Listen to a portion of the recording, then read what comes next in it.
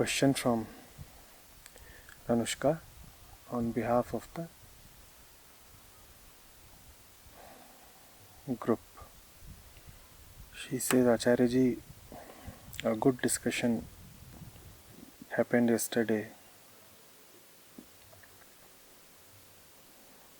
in which many seekers participated and shared their understanding of Prakriti Purush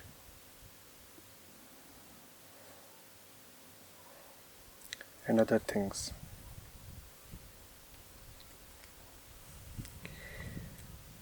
During the discussion, it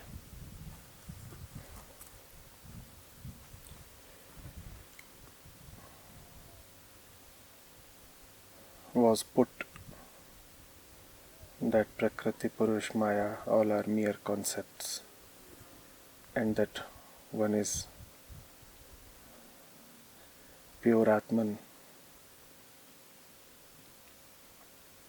never threatened and never disturbed. So the question that remains is,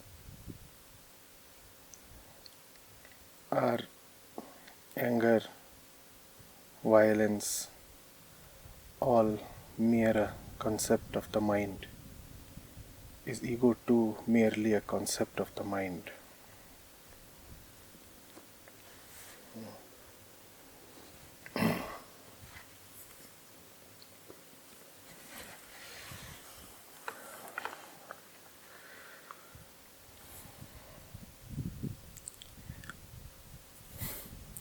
The sun is lazy, tamasic,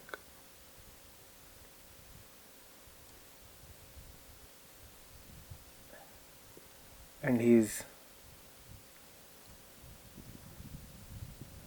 sleeping in the closed room even when the sun is overhead. He has become accustomed to the boundaries, and his laziness does not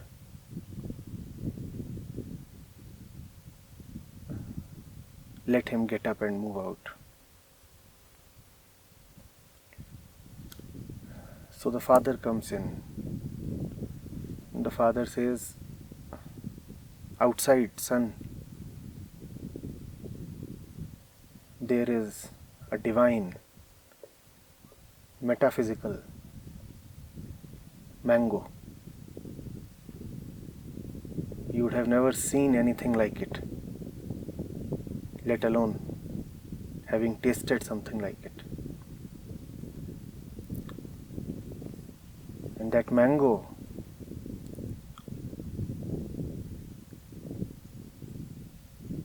gives a joy that cannot be described, has a color that cannot be seen, a fragrance that is beyond experience.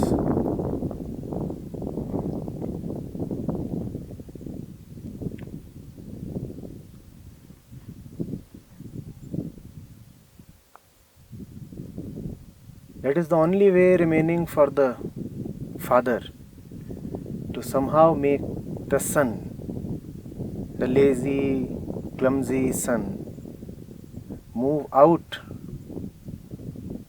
of the boundaries. That is the only way left available to make him somehow quit the bed. A great, flowery, tempting description.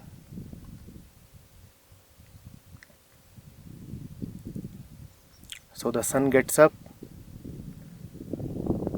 goes out for a while, comes back, says, I have eaten the mango. and it is indeed juicy and divinely tasty. The sun says so and crashes on the bed again. Now he is not only asleep, he is the divine eater of the blessed and rare mango who is asleep.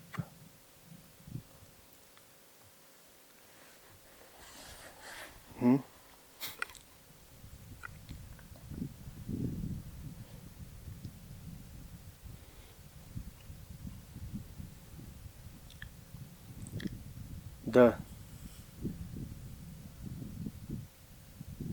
little child is agitated, right? There is a little child who is agitated, and being agitated, he won't go to sleep.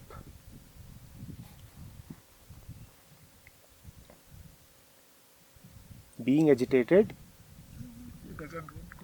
he won't go to sleep.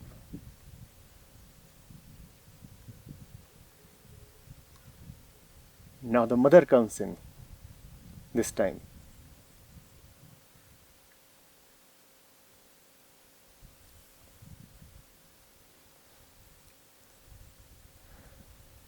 And the mother puts the restless child in her lap and starts singing to him a sweet lullaby that talks of great fairies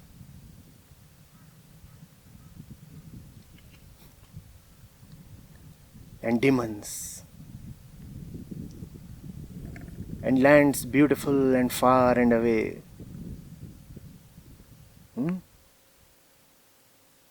And events such as never happened.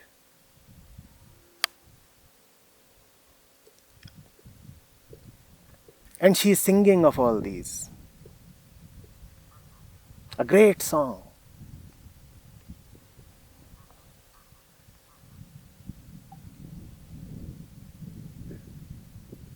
And having sung the song, after an hour, she still finds the child agitated.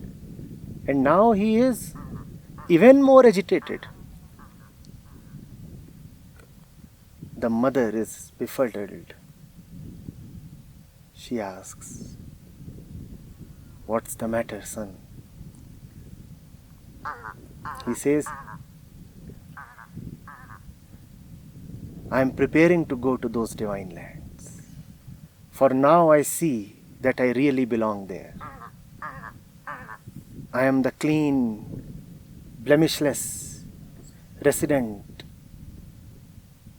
of the transcendental heaven."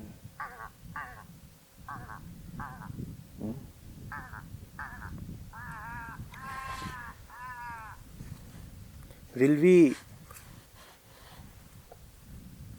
ever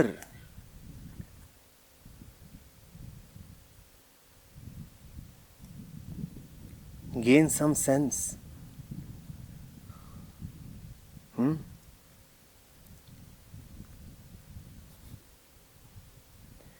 Will we ever be honest enough to look at our lives?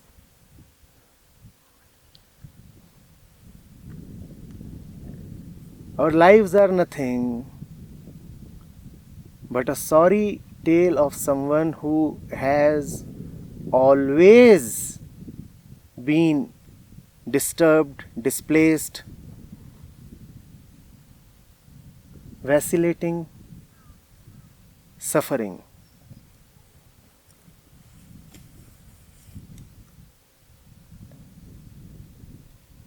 And that has continuously been happening.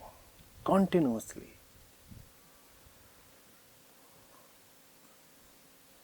Not for a moment has one been restful. Even if one has found a little peace, it has only been relative to one's otherwise deeply restive state.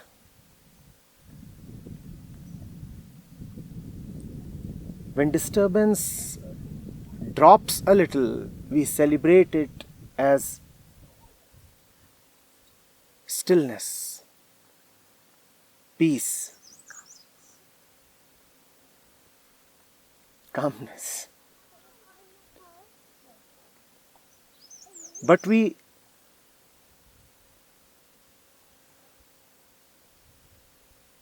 take not one moment in quickly proclaiming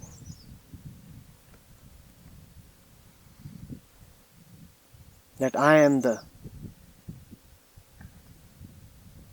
untouched seer. I am the absolute self.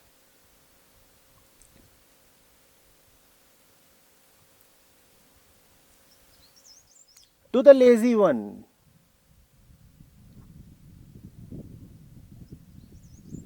a great description beyond imagination was made so that he may come out of the room.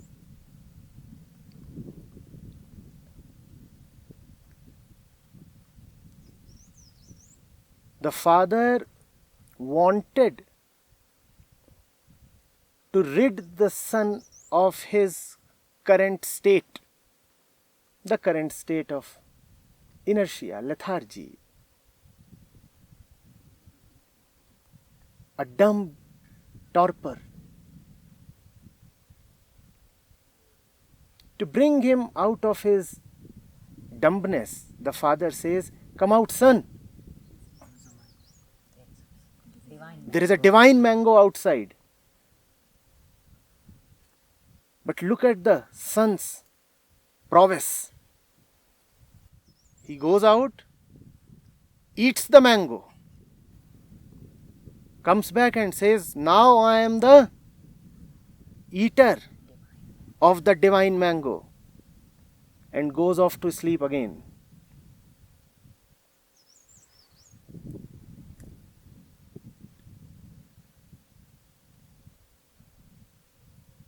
Will we ever look at how we are living?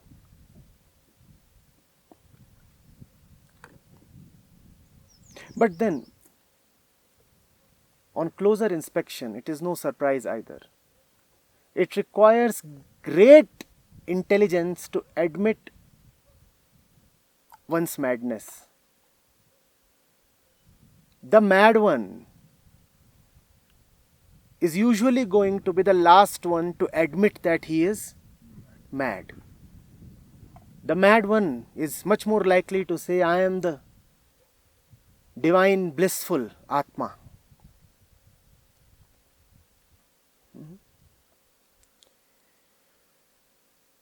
Spirituality is not the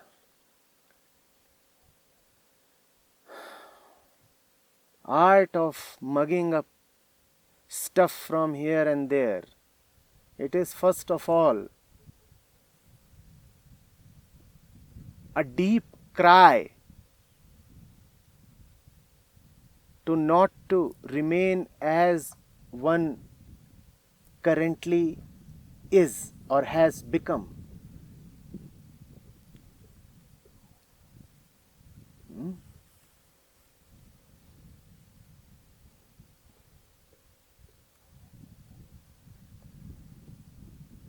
One says, Maya is just a concept, ego is just a concept. I do not know whether they are a concept. What I know is that your face is the face of Maya. Maybe you too are a concept. maybe Ravi, Ramesh, Suresh, all are just concepts. What is Maya? Your unmitigated suffering is Maya. Do you want to deny that you live in a total anarchy, disorder, chaos, a psychological disbalance?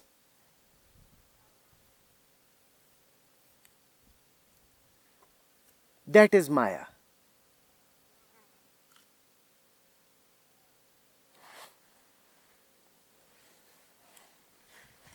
That is Maya.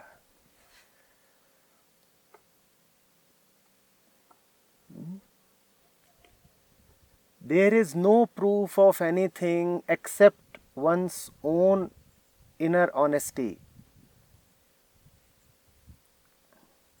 If you come and make a loud claim that you are contented, never disturbed, never threatened, fine.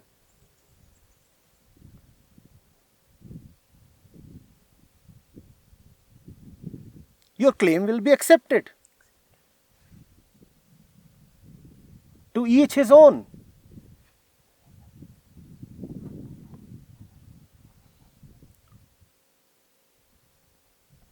If you come and say that you need not be cautious of Prakriti, Avidya, Maya, because you are the great Sakshi, beyond any disturbance, beyond any temptation, beyond any threat, beyond greed and fear, then wonderful. Nothing like it. You have already arrived. Only you know where.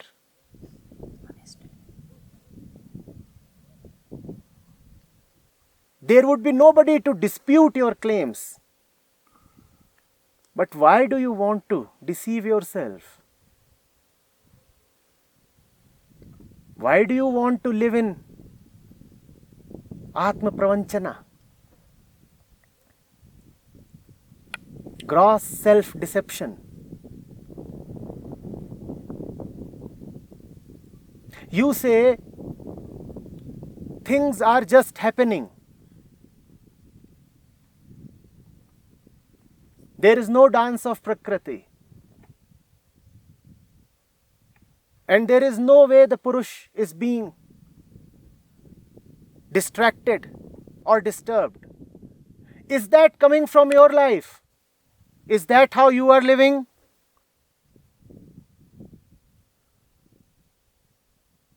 Is that how you are living? You know what Prakriti is. All that is gross and subtle is Prakriti. All that you can think of or experience or speak of is Prakriti.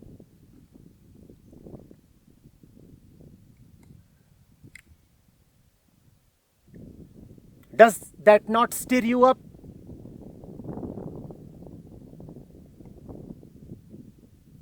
Does that not cast its bewildering shadow upon you?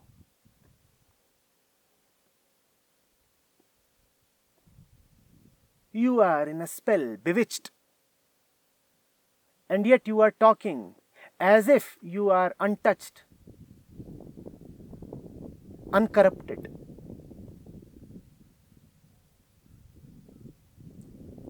No, we do not know what is the relation between Prakriti and Purush. Keep that aside, totally aside. You tell me, what is the relation between you and money? What is the relation between you and sex? What is the relation between you and greed? What is the relation between you and food? What is the relation between you and knowledge and you and ignorance? That would be a more useful answer. Neither right nor wrong, just useful. Useful because it is coming straight from your life, from your honesty.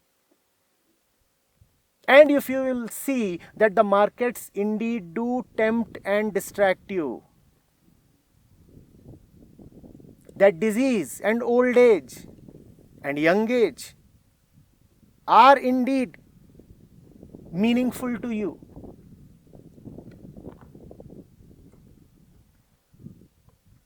that you do not like being scolded, or that you are pleased when you are praised.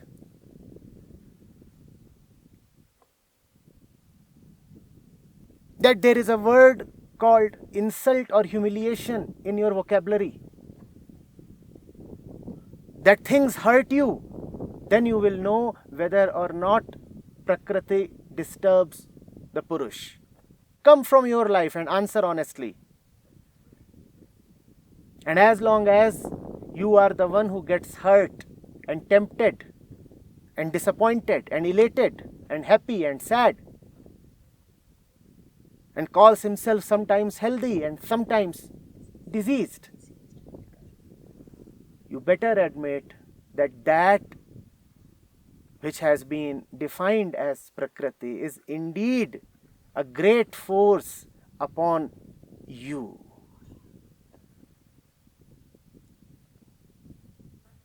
And that is the reason why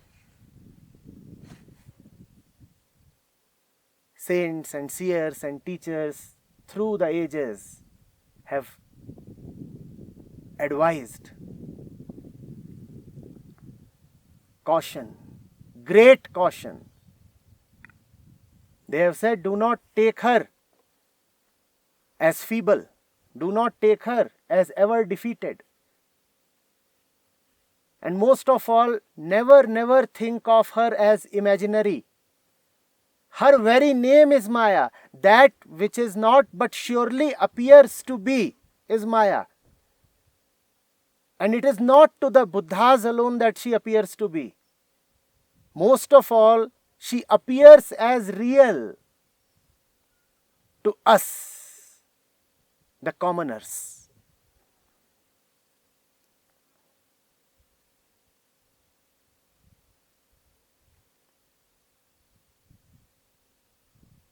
This and that you take as very meaningful to you. What else is the import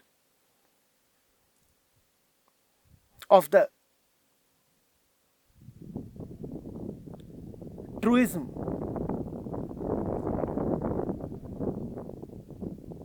That the peace of the Purush is constantly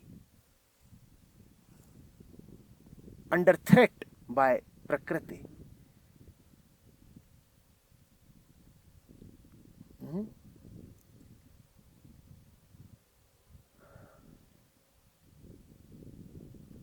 And yes, Maya is a concept, Prakriti is a concept. There is no doubt about it. But then apply a little more intelligence and see that you too are a concept. Take your name and tell me, what is that? Is that not a concept? You will say, no, I am a fact because I can touch myself, experience myself. If you are a fact, then when you are running towards the market or towards glory or towards sexual gratification, then the fact that is you is called Maya. Now Maya too is a fact. If you say that let's say your name is Ramesh, that I, Ramesh, am not a concept, I am a fact, then this same Ramesh is also the proof of Maya. Ramesh running blindly towards the market is the proof of Maya. The face of Ramesh, when he has been blinded by the promise of gratification, is the face of Maya. Now tell me, is Maya a living fact or not?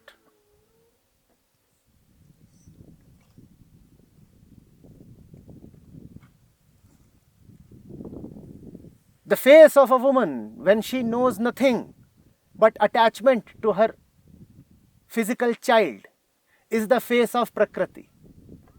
Now tell me, is Prakriti merely a concept, or is the woman's face the face of Prakriti?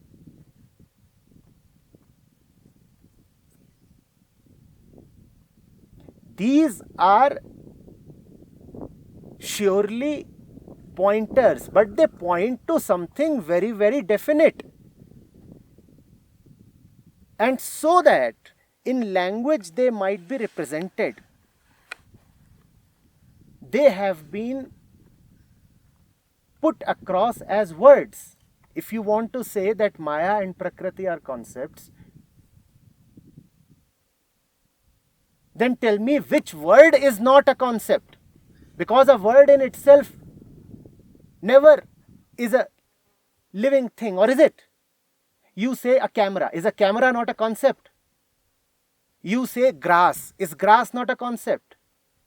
Is grass green? G-R-A-S-S. Is G-R-A-S-S green? No. But nevertheless, G-R-A-S-S is a pointer towards something that is indeed there, not only there, but there to be experienced, lived, and quite green.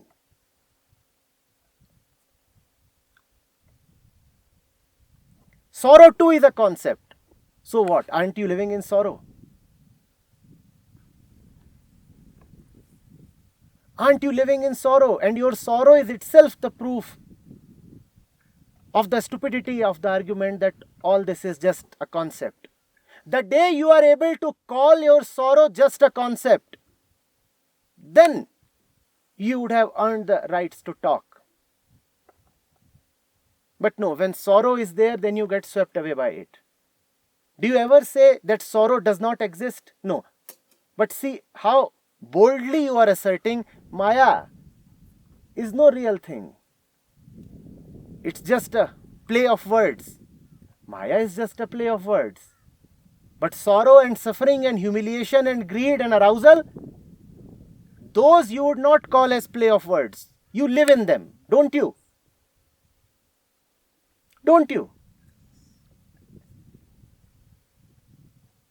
Somebody shows you a big check, you start running after him. Somebody humiliates you a little, you show the middle finger to him.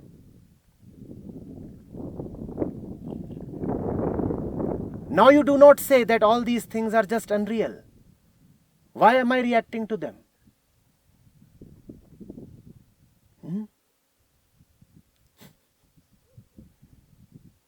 It is a great subconscious ploy to call Maya unreal so that you can continue wallowing in Maya. When one is totally consumed by her, then one starts denying her very existence. Because denying her existence would then be a big responsibility. The responsibility would be to then break free of her. Why to put in so much effort? Take a dirty shortcut. Just say Maya does not exist. It's a dirty shortcut indeed. Don't try that. And never, never must you call yourself as the untouched, unblemished, eternal, infinite Atman, because you are not that. 100 times I have repeated to you, you are the one greatly identified with Prakriti. You are the one greatly identified with your body, your clothes, your conditioning, your girlfriend, your society, your profession. Aren't you that one? How then do you muster the ignorance to call yourself as the Atman or the Sakshi? Really are you Sakshi?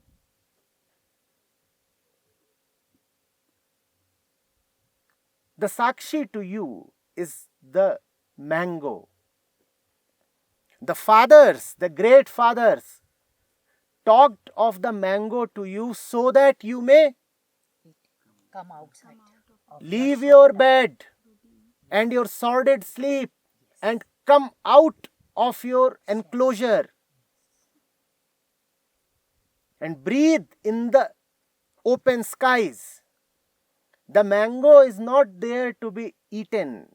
It is not there at all. The Atman has no existence, and that is why it is called to be beyond existence. But the sun is indeed wonderful. He eats the mango. The mango has been eaten and digested, and he is back to his somber sleep.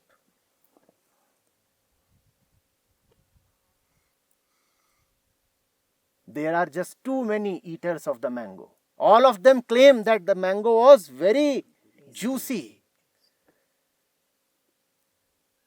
supple and sweet, yellow, brighter than bright. And who are we? The ones who laid our hands on that mango. That mango is a metaphor, that mango is a trope. If you say Atma does not exist, Maya exists, you are just accurate. And that is what you should say. No Atma exists, only Maya exists, because that is your honest description of your condition. No Atma exists for you, only Maya, only Maya. But indeed, and instead, you turn around the whole thing and say, no,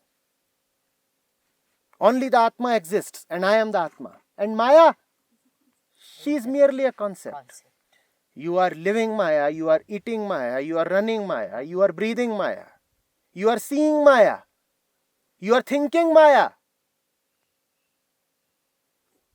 You are nothing but Maya personified.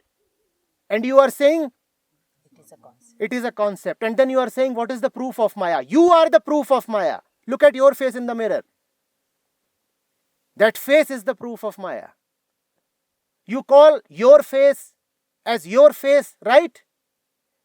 The face that stares back at you, you are quick to label that as my face. That is the proof that Prakriti has ensnared you, trapped you. That face is just material and you are identified with that material. Why do you call that face as your face? The very naming of you as Ramesh or Suresh is proof enough that Maya is now all over the Purush. That Prakriti has totally ensnared the Purush. Otherwise, why would you call that face as my face? My own face. Because Atma has no face. Why do you call that face as your face? Atma has no face, Sakshi has no face, but you want to live in stories. Stories about the divine far-off lands and the charismatic mangoes. The fathers are totally bewildered. The mango trick has returned to haunt them.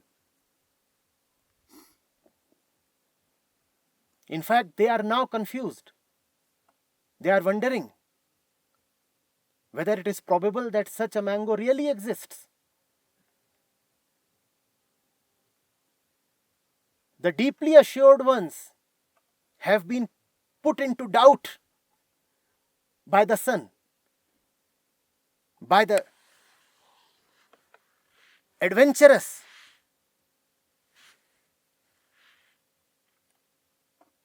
and dumb and assertive sun. There are so many roaming around who talk of Maya as if she is something distant. And there are so many roaming around who talk of Atma as if it is something intimate. I repeat to you, Maya is intimate and Atma is just a concept. Because Atma that really is cannot be talked of. The moment you talk of Atma, you have reduced it to a Maya. concept. So if there is something that is a concept, it is Atma. You better not call yourself as the truth or Brahm or Atma or the pure self. The moment you talk of Atma, your talking has reduced Atma to Concept. a concept. But Maya you can surely talk of, because it is always Maya that is doing the talking. Maya is real. Maya is what you are living as and living in. Kindly do not deny her existence. And the proof of her existence is your confusion, your sorrow, your conflicts. Come on and claim that you are not experiencing any conflicts. Come on and claim that you don't have nightmares, that you are not addicted to this or that. That is Maya. Your addictions are Maya. Your obsessions are Maya. When we walk, she walks. She walks and says, I am not.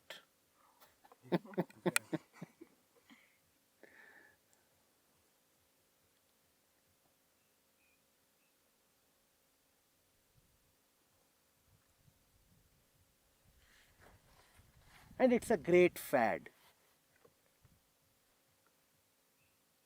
People come and say that they want to experience Sakshitva.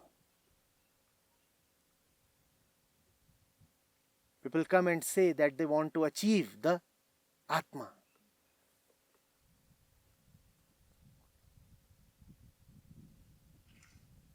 Now this son, the sleeping enthusiast, at another hour is found crawling on the ground. He is found crawling on the ground. Now the father again in his compassion comes to him. The mango trick has failed. But the father is indefatigable and redoubtable, both. The father's compassion is unending. So he comes to this crawling son and says, son, there, up in the skies, is a great sky lotus. What is there up in the skies? A great sky lotus. And if you can have it, then you will have everlasting bliss.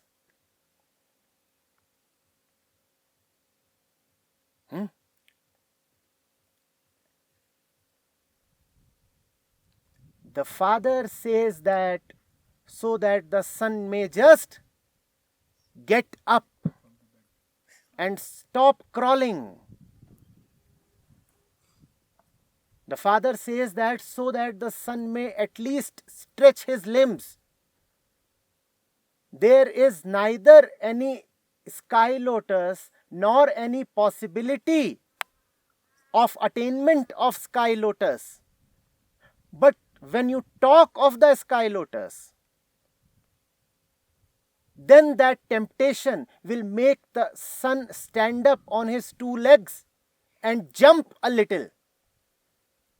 He would not only leave his pitiable crawling state, but also get a little exercise, because he will try to jump and touch the sky lotus.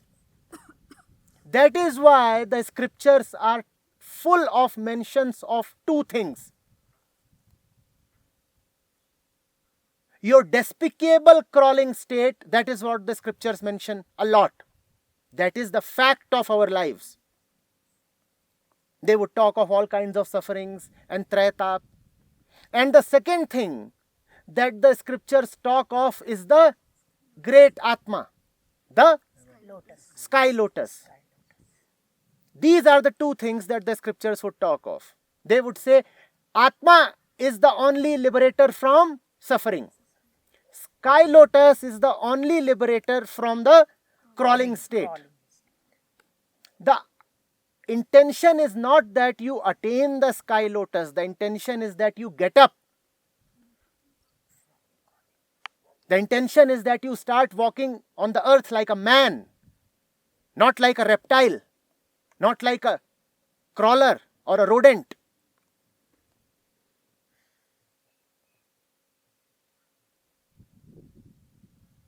But instead, the sun gets up, takes one lazy leap and says, here, the sky lotus is in my hands. And now I am again lying down to crawl. Please understand, your crawling is real and that is Maya. You are always in her control and arrest. And the sky lotuses that you keep talking of, enlightenment, liberation, Purush, Atma, they are beyond reach, but they are useful tricks. They are useful tricks.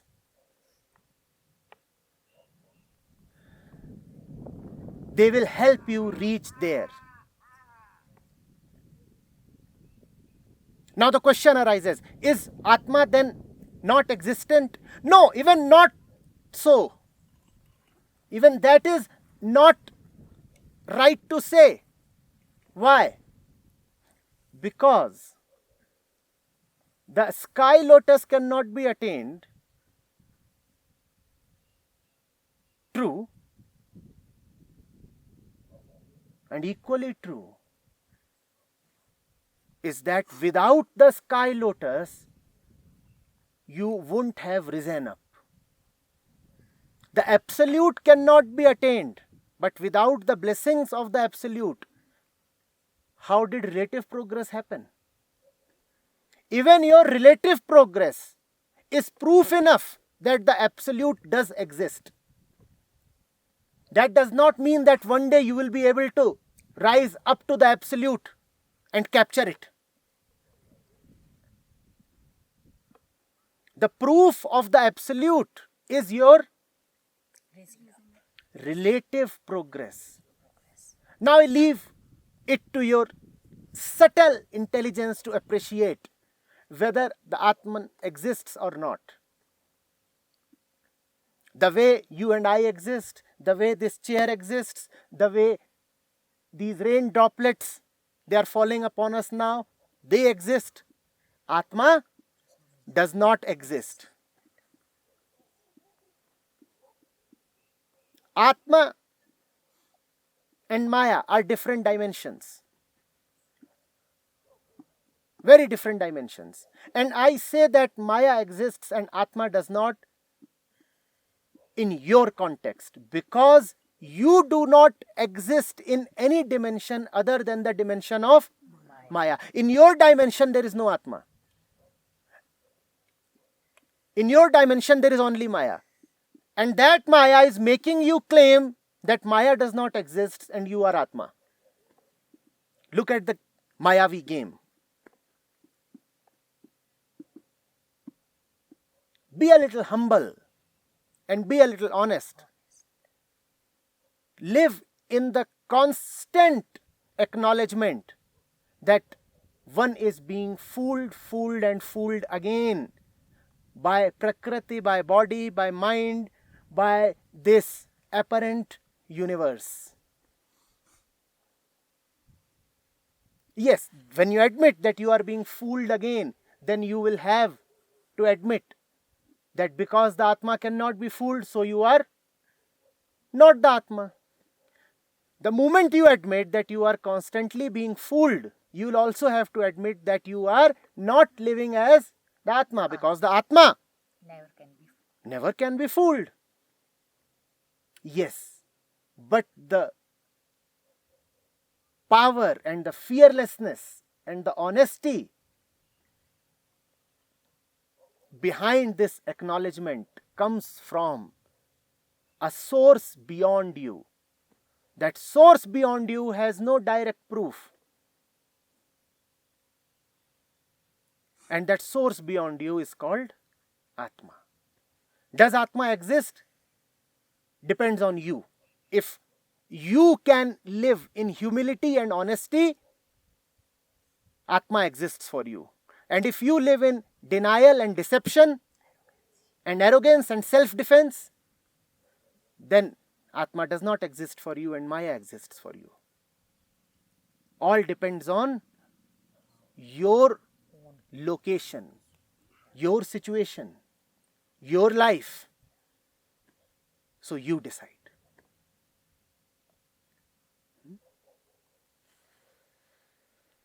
Yes.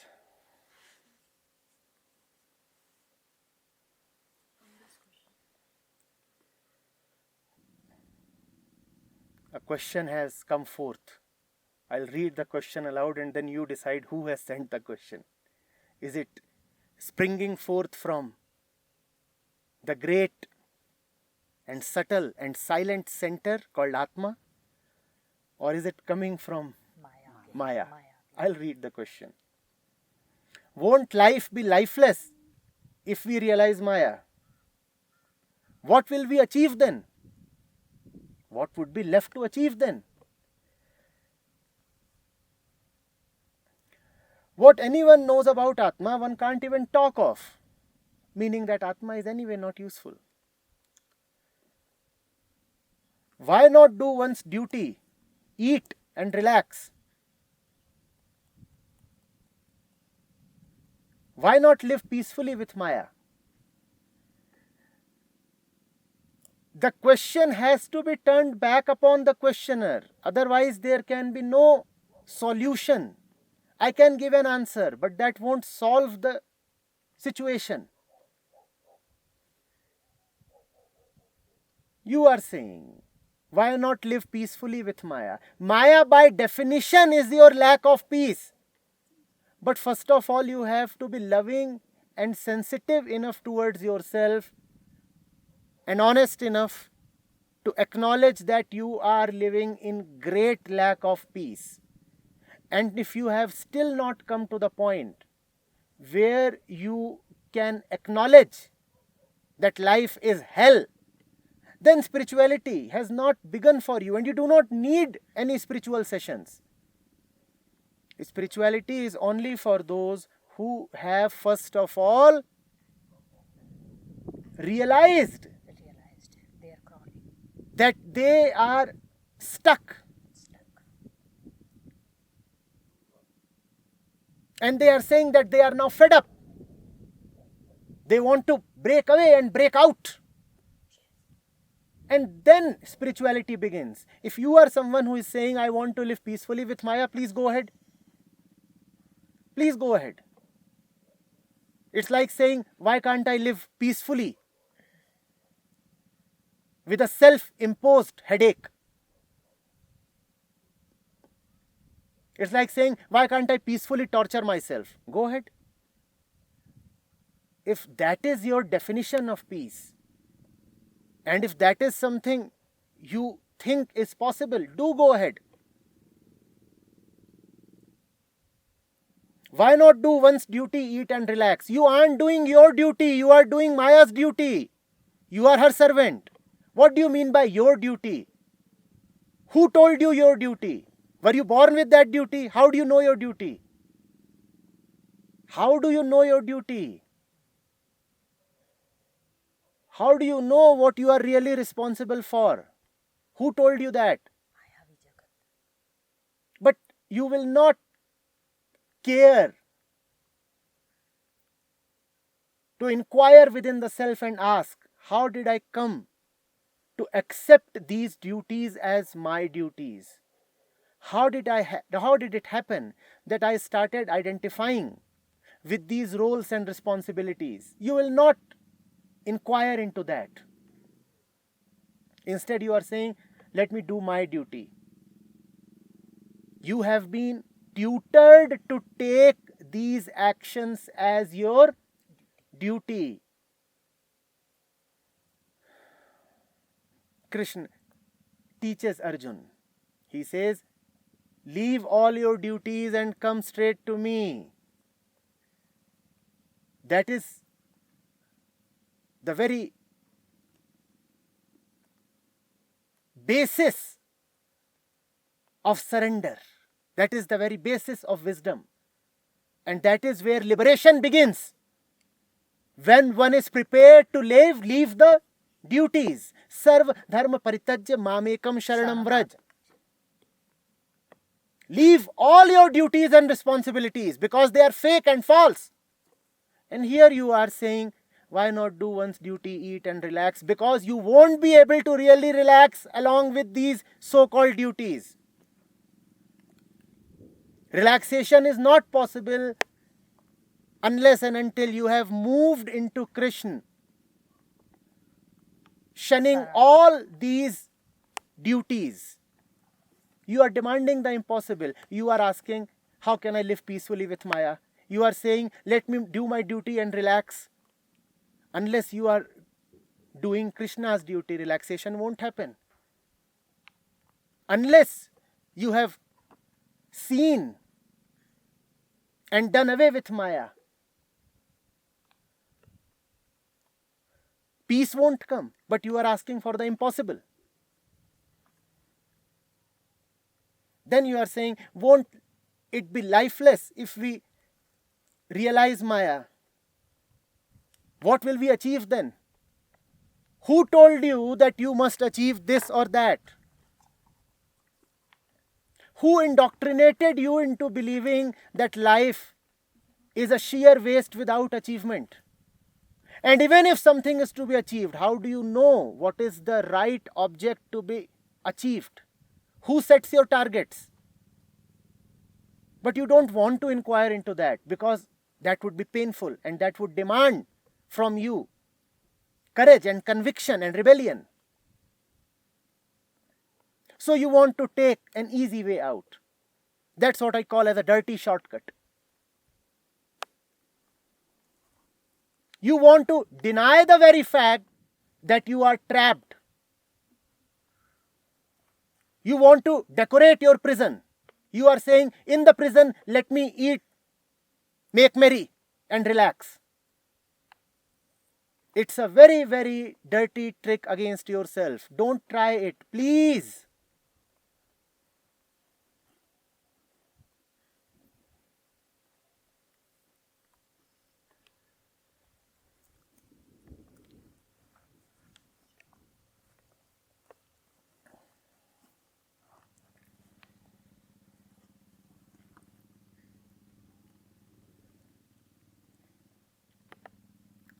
Now there is an accompanying question, a rejoinder of sorts.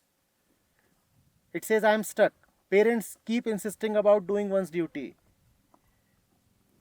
Parents keep telling me to get settled, etc. Getting married is what they harp upon. Parents, right? Parents. Or Krishna. And are parents Krishna? No. They want you to get married. Do get married and you too would become a parent very soon. Now you are so full of respect for parents. Be equally full of respect for yourself. And tell your kid, the newborn one, that you are an able substitute to Krishna. Would you listen to the wise ones, to the compassionate ones, to the Buddhas and Krishnas and Kabirs and Ashtavaks? Or would you listen to your parents Look at their lives and ask them, do you want me to lead the same kind of life as you did?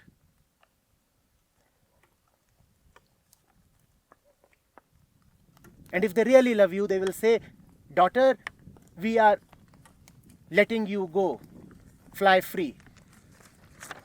And as I end this question, it has started raining quite heavily. So I think we'll have to wrap up. Good old Prakriti again. Bye.